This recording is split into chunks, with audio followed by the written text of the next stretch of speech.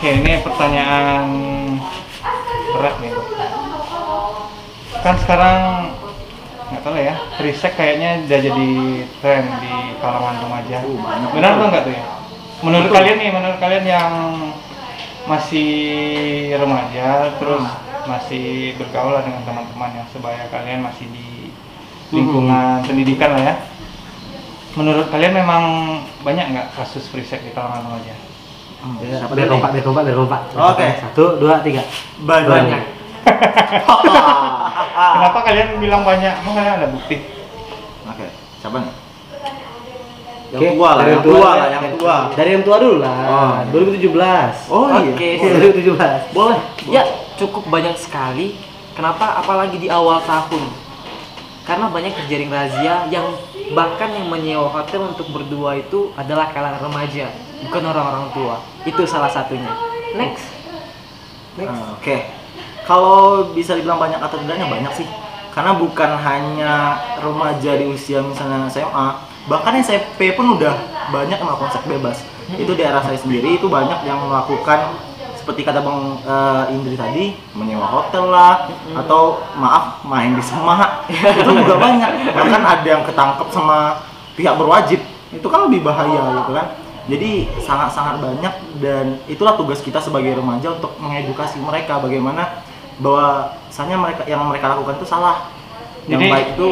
Jadi data survei Kementerian Pemberdayaan Perempuan dan Perlindungan Anak itu boleh dikatakan mendekati benar gitu ya? Iya, karena sesuai dengan realita dan kenyataan yang terjadi gitu. Oke. Nah sekarang kan susah tuh untuk mendidik anak remaja. Kalau orang tua kan nggak tahu tuh ya. Orang tua kan biasanya pasti nggak tahu tuh anaknya perilaku seperti itu. Kalau ketahuan pasti Kena marah juga. udah dihajar. Nah, menurut kalian sekarang udah menjadi tren. Terus sebagian remaja itu kalau dibilangin, palingan yang bilangin dianggapnya iri atau nggak gaul. Betul. Nah, kira-kira menurut kalian sebagai anak genre nih, apa metode yang paling pas untuk menanggulangi persoalan seperti ini? Oke. Siapa? Dari yang belum lah. Oke. Siap. Apa kalian kalau misalnya metode dari Adi pribadi nih ya teman-teman semua, kita nggak bisa hanya sekedar sosialisasi dan edukasi aja, karena kita juga kita juga nggak bisa beranggapan ini kalau kita tuh adalah orang yang paling pintar, dan kita tuh nggak bisa juga beranggapan kalau kita ini adalah orang yang paling benar, sehingga kita tuh kayak punya hak untuk mengedukasi teman-teman. Tapi justru kita tuh adalah yang paling penting itu adalah metode pendekatan, salah satunya dengan kayak sharing, kayak berbagi cerita. Kita tanya-tanya lah kenapa begitu, apa yang melatar belakangi teman-teman untuk melakukan free sex. Apakah alasannya supaya gaul, biar ada teman? Tentu itu nggak bisa dijadiin alasan juga ya bang ya, ya kan? Karena juga kami pribadi alhamdulillah nih tetap gaul juga ya, tetap gaul. Bisa sarangnya kan, bisa sarangnya juga. Karena kami alhamdulillah juga nggak menyentuh yang namanya free sex. Jadi ya kalau misalnya gimana cara metode yang baik untuk bisa menghentikan bahkan kayak memutus mata rantai free sex tadi itu adalah kayak saling berbagi cerita. Kita tanya-tanya kenapa alasannya untuk melakukan itu, apakah mungkin ada jalan lain juga selain itu untuk mendapatkan teman kalau memang alasannya adalah kita tuh dianggap nggak gaul tadi, kayak gitu. Sekali. Nah di Gendri juga ada satu program nih bang, Mari Cerita. Nah salah satu program ini bertujuan untuk itu juga. Di sana kita bukan hanya menyampaikan informasi sekedar menyampaikan saja, tapi kita menyampaikan informasi sambil bermain, outbound, hayo main dan sebagainya. Jadi kita menyampaikan informasi bukan hanya untuk menyampaikan, tapi kita juga praktek untuk bagaimana kita mencegah penolakan hal tersebut seperti itu. Betul. Ya Bang Fauzan? Oke, nah pada intinya sih remaja itu akan paham jika mereka dilibatkan. Iya. Karena banyak ada pepatah mengatakan kalau cuma didengar itu akan lupa, kalau diperlihatkan mungkin agak ingat.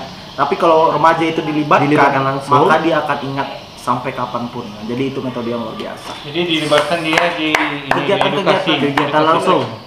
Nah biasanya kan itu dorongan seksual itu kan muncul di di teman-teman kalian yang pacaran. Nah kan kalau pacaran ada dorongan seksual tuh. Nah kira-kira gimana tuh? Biasanya kalau udah berdua-duaan dorongan itu muncul, normalnya orang kan seperti itu ya. Nah dalihnya kan kayak gitu. Kalau dalih sebagian yang pernah saya tanya tuh atas dasar suka sama suka apa salahnya? Nah, tapi kalau kita berbicara agama itu udah jelas, agama udah salah. Ya. Nah, tapi ya dalihnya itu tadi. Mereka menganggap suka sama suka dan bertanggung jawab menurut mereka. Iya. Nah, kira-kira gimana tuh? Awalnya kan tadi dari pacaran tuh. Boleh, dari mana nih? Dari Ujung. saya dulu boleh. Nah, kenapa sih mereka melakukan hal tersebut? Karena mereka tidak tahu dampak akibat yang mereka lakukan tadi.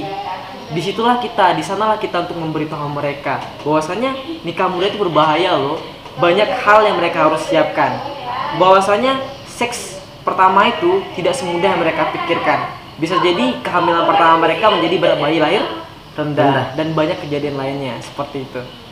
Kalau misalnya ditanya juga nih, alasan untuk melakukan free sex itu adalah suka sama suka, dan kami yakin nih kalau kami akan bertanggung jawab. Tapi teman-teman harus tekankan ke diri teman-teman nih, yakinkan bahwa apakah teman-teman siap nih untuk menyandang status ayah atau ibu. Teman-teman, karena teman-teman bakal kehilangan status kayak teman-teman nggak remaja lagi, bakalan banyak kehilangan waktu untuk bermain bersama teman-teman, kayak udah ada tanggung jawab baru. Bahkan ini yang menyebabkan salah satu status anak memiliki anak, ya kan Bang Indra dan Bang Fauzan. Karena kayak gini, coba kita bayangkan masing-masing nih, misalnya kita udah nikah, tentu kita nggak bisa lagi untuk bekerja, nggak bisa lagi untuk sekolah. Bukan nggak bisa sih, maksudnya lebih sempit. Karena kan kebanyakan perusahaan-perusahaan sekarang ini kayak menerima pesanan itu adalah yang belum menikah tentunya, kayak gitu. Teman-teman Bang Fauzan, Intinya sih apa ya Bang ya, untuk merubah mindset mereka ya Bang. Iya.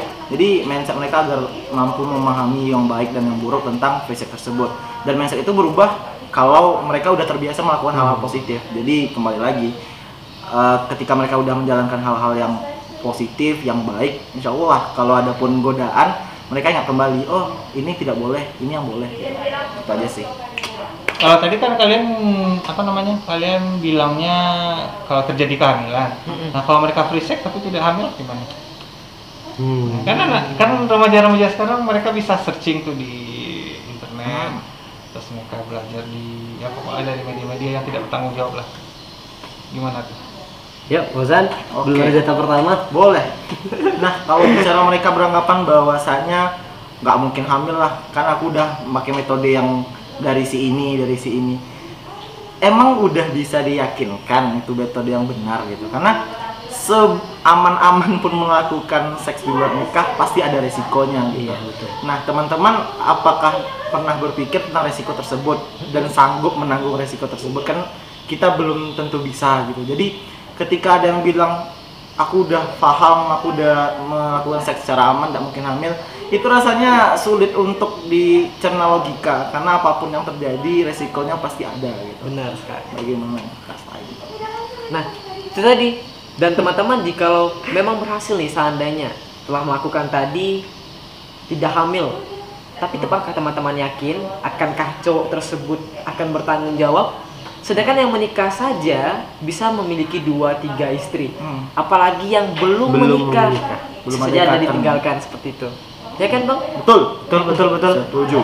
Kalau misalnya membahas masalah resiko dari melakukan free sex itu kan bukan hanya kehamilan juga ya. Iya, benar. Kayak ada juga kayak menyebarkan penyakit yang disebut kalau dalam genre itu IMS atau infeksi menular seksual. Betul. Kita kan nggak tahu nih sebersih-bersihnya orang, entah mungkin dia tuh ada kayak mengidap beberapa penyakit atau virus bakteri di dalam tubuhnya, dan itu tuh kayak bisa menyebarkan ke teman atau ke pasangannya sendiri. Kayak nggak harus melalui hubungan seksual juga sih, melalui kissing juga bisa ditularkan, melalui cairan darah juga. Apalagi kan penyakit terbesar dan terberat dalam free sex ini adalah HIV/AIDS ya, Bang Indra dan Bang Fauzan.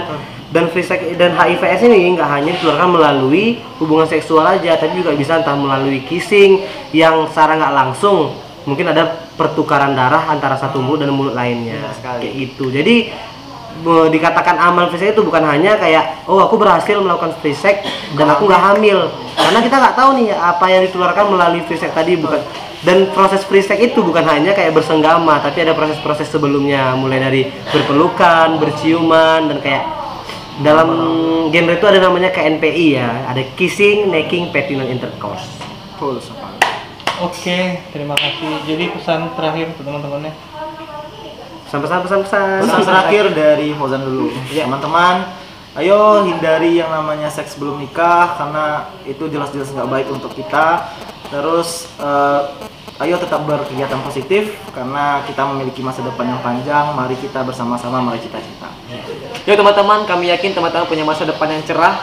Yuk gabung bersama kami di Genre. Ya. Ya. Ya. Iya. Genre. Oke, makasih ya. Thank you. Iya.